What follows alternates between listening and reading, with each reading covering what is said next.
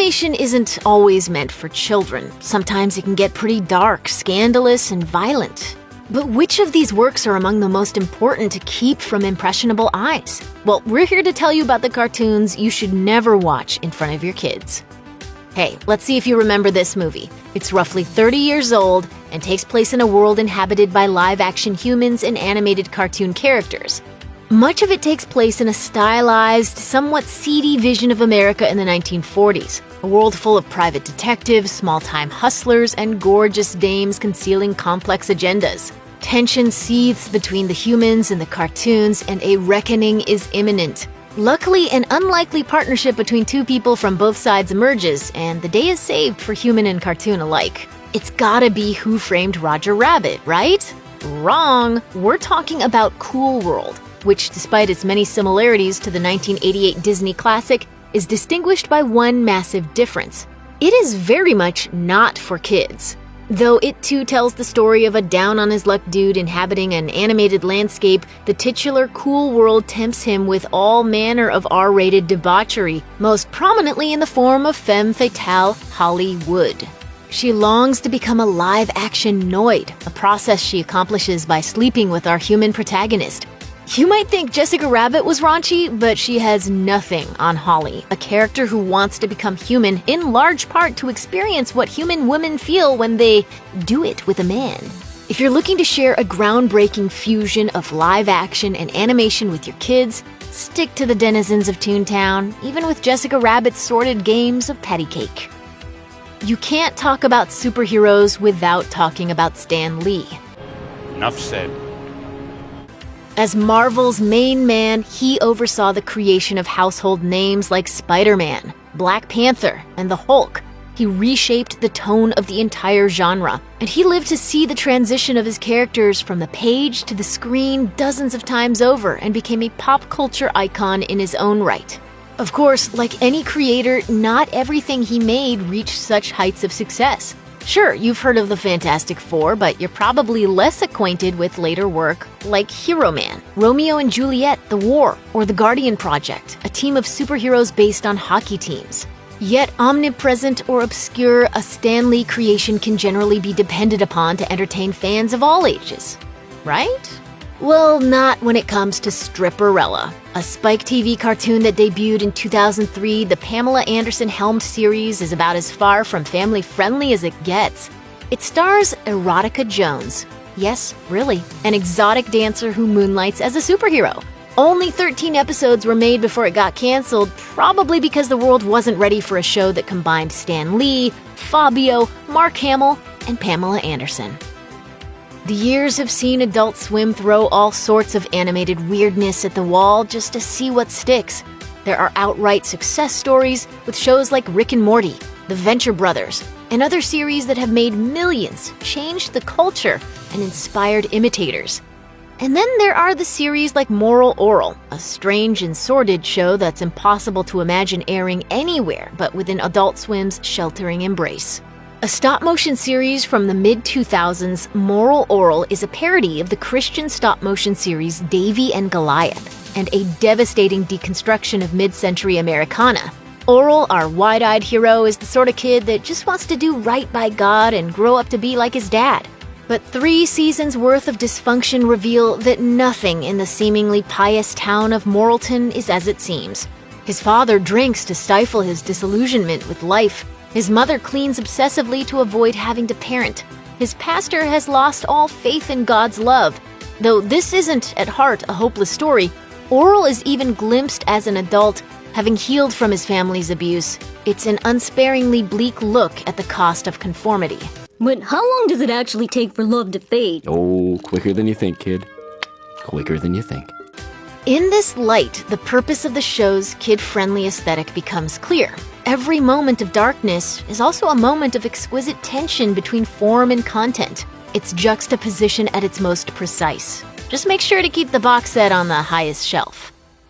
Cleopatra, Abraham Lincoln, and JFK walk into an American high school. But this isn't the setup to a truly bizarre joke, it's the premise of the cult classic Clone High, co-created for a single-season run back in 2002 by Phil Lord and Christopher Miller. The team better known today for the Lego Movie and Spider-Man Into the Spider-Verse. Set in the fictional town of Exclamation, Clone High follows the traumas, triumphs, and many very special lessons a group of teens who happen to be the clones of famous historical figures endure. As you might expect, they're part of a shadowy government experiment, but that matters a whole lot less than anti-drug assemblies, winter proms, and student elections. Ask not what your student body president can do for you. Ask what you can do to your student body president's body. Clone High's genius lies in its embrace of contrast. The clones, of course, struggle mightily to live up to their outsized reputations, as aware as the audience is of just how unimpressive they are when set beside their ancestors. But the central tension comes to fruition most deliciously in the show's commitment to parodying teen soaps. It's funny to watch Joan of Arc reborn as a sullen goth girl, but it's priceless to watch her learn not-so-serious, very special lessons about staying off drugs and getting enough sleep. Add in a diner called the Grassy Knoll, an adolescent John F. Kennedy who wants you to know exactly how rock-hard his abs are at all times, and a robotic reincarnation of Mr. Belvedere, and you get a cartoon as eccentric as it is hilarious. Space Ghost Coast to Coast is one of those once-in-a-generation shows that combines nostalgia, satire, and sheer baffling weirdness. It's a talk show starring one of Hanna-Barbera's lesser-known heroes, in which actual real-life celebrities are interviewed. It's strange, but Space Ghost only grew more surreal with time. Its success acting as a sort of springboard for some of the most peculiar work Adult Swim has ever aired, even when compared to strange successors like Tom Goes to the Mayor. That's how groundbreaking, stage-setting, and perfectly odd Space Ghost was. And honestly, we wouldn't mind if this iconic cartoon got a reboot. Nobody cares, Moby. Nobody cares. No one. It's also one of the shows on this list most easily mistaken by a kid for something aimed at them. Space Ghost Coast to Coast doesn't pelt the viewer with violence or intimate situations the way other adult-oriented animated shows do. Instead, it dwells with surreal calm in a valley of absurd. Early seasons see Space Ghost not quite understanding of who his guests are or how the world works, even assuming everyone is a superhero and asking them about their powers. Later seasons get even weirder as we see him hawk a shampoo that makes you smarter, get afflicted by a curse that drives him to cannibalism, and become saddled with terrible licensing deals. The show is a creative force of nature, responsible in large part for what would go on to become an entire generation of adult animation. Little ones will likely just be creeped out by its flights of dark fancy or given an entirely incorrect idea of Space Ghost's popularity as a conventional superhero. Generally speaking, the West has always seen cartoons as kids' stuff. Adult animation has certainly made gains. The Simpsons isn't exactly obscure. But even then, those gains have mostly been limited to TV sitcoms, not movies. Thanks to Disney dominance, one could be forgiven for thinking even the few animated films directed at adults that we've gotten are part of a very recent trend that probably goes back no further than a decade or two. That assumption is off by about 50 years, thanks to 1972's Fritz the Cat. This isn't just an animated movie that happens to be intended for adults. It was originally X-rated, the first animated film in the United States to be so, and for a whole lot of very good reasons. Adapted from the legendarily taboo work of cartoonist R. Crumb, Fritz the Cat follows the feline wannabe poet on a journey through the free love era's deepest pits of hedonism.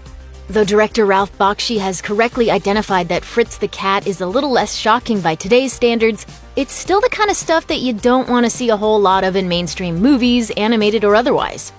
This is, after all, a movie in which a cartoon cat engages in group intercourse, gets high, hides from the cops, and ends up on a motorcycle with a neo-Nazi rabbit. In isolation, however, the characters often look like the soft, cuddly sort of mascots one might find on school supplies. In his big red sweater, Fritz in particular is eye-catchingly cute, and just as wildly, horrifically inappropriate for the crowd most cartoons about fuzzy animals are meant for. Aeon Flux contains multitudes. Gnostic philosophy, late 90s clubwear, and techno-utopianism are all a big part of this slickly animated series. It's a show with a vision of the future that's as stylish as it is horrifying. The titular Aeon is an assassin, locked in eternal war between the anarchic country of Monica and the ruthlessly ordered nation of Bregna. There's nowhere else to live upon the blighted Earth of the far future, making Eon's mission as crucial as it is pointless. Her world is one of extremes, emphasized by the show's boundary-pushing aesthetics. Eon herself is so ludicrously sexualized that she goes entirely round the bend and ends up grotesque. That purposefully off-putting style has its roots in animation of a very different sort, the kind for kids far too young for Aeon Flux. Creator Peter Chung got his start working on Rugrats, the standard bearer of the lumpy 1990s Nickelodeon look. Indeed, Eon looks startlingly natural when placed beside Tommy Pickles and cartoons like the Wild Thornberrys that carried on its aesthetic legacy. From an animation nerd point of view, this is a fascinating bit of connected tissue between some very unlikely works of art. But for anyone in charge of making sure kids don't get a spy thriller laced with bondage imagery with the playpen-bound adventures of a band of early 90s toddlers, it's to be noted with care. Genndy Tartakovsky's neon tale of a time-displaced samurai was one of the coolest things a kid in 2001 could watch, and yes, it could be watched by kids. While robots, bleeding oil, and ravers with pacifiers hinted at violent films and drug-soaked parties, respectively, Samurai Jack only ever alluded to these inspirations, borrowing their outlaw cool without portraying the actual law-breaking at hand. What resulted was a landmark achievement so beloved that it was given a chance to end its story properly, 13 years after it went off the air. Thus was born Samurai Jack's 5th season, which aired in 2017. Jack's audience had grown up in the intervening years, and the show honored that by making a conclusive season for the adults they were, instead of the children they'd been. This isn't to say Samurai Jack changed its tone entirely. It's pretty easy to imagine a well-adjusted 12-year-old who loves the first 4 seasons being judged mature enough to view it by his parents. But still, the Jack Revival's TV-14 rating is earned. Blood flows thickly, assassins are impaled upon spears, and there are brief implications of sexuality. As it stands now, young fans of Samurai Jack can enjoy the first 4 seasons to their heart's content. But an adult is probably going to need to make the judgment call of whether or not they're ready for the final installment. Check out one of our newest videos right here. Plus, more Looper videos about your favorite shows are coming soon. Subscribe to our YouTube channel and hit the bell so you don't miss a single one.